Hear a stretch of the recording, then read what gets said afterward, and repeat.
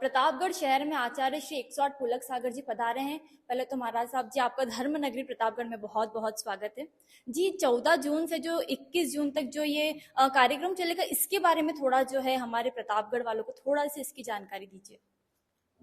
जो कार्यक्रम यहाँ पर आयोजित होने जा रहा है घिया के बाग में, प्रातःकाल 8:30 बजे से प्रतिदिन सत्संग प्रारंभ होगा।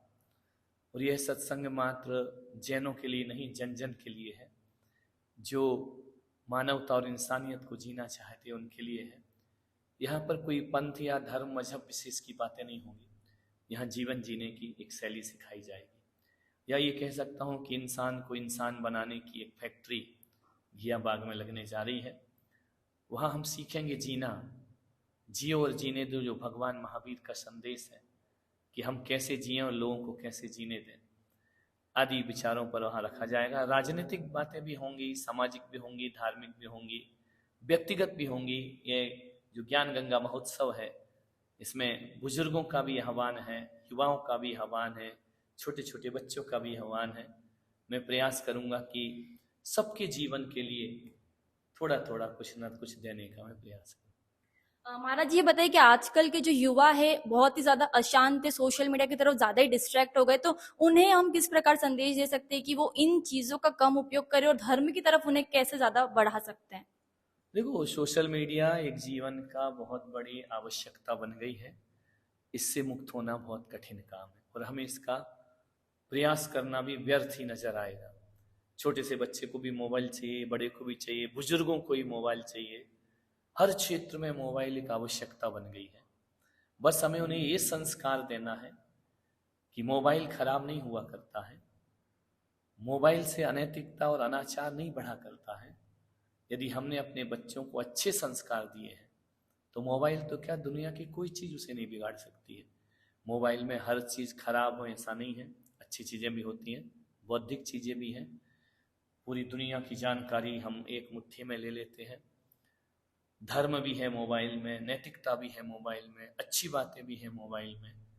उनकी ओर ले जाने का हम प्रयास करें तो मैं सोचता हूँ कि मोबाइल से बच्चे नहीं बिगड़ते हैं, जो बिगड़े हुए हैं वही मोबाइल में गलत चीज देखा। आजकल के जो कुछ युवा है ये जो मांसाहार के प्रति ज्यादा आकर्षित हो रहे, कूल बनना वो समझ रहे इस चीज को, तो उन्हें हम कैसे समझा सकते हैं?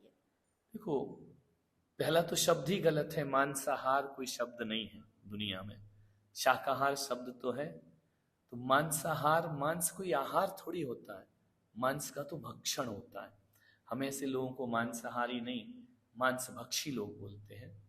तो जो इस तरफ जो दुनिया भाग रही है, यह सर्वनाश की ओर है। दुर्भाग्य है कि ये मांस भक्षण करना ये मनुष्यों का काम नहीं। अपना जीवन जीने के लिए दूसरों का जीवन उजाड़ देना, अपनी पेट भरने के लिए दूसरों का पेट फाड़ देना, ये मानवीयता नहीं हुआ करती है, राक्षसीय वृत्ति है।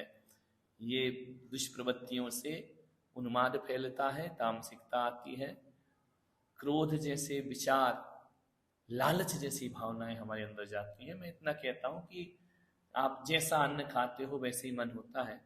मांस खाओगे तो पशुओं की प्रवृत्ति आएगी ही आएगी।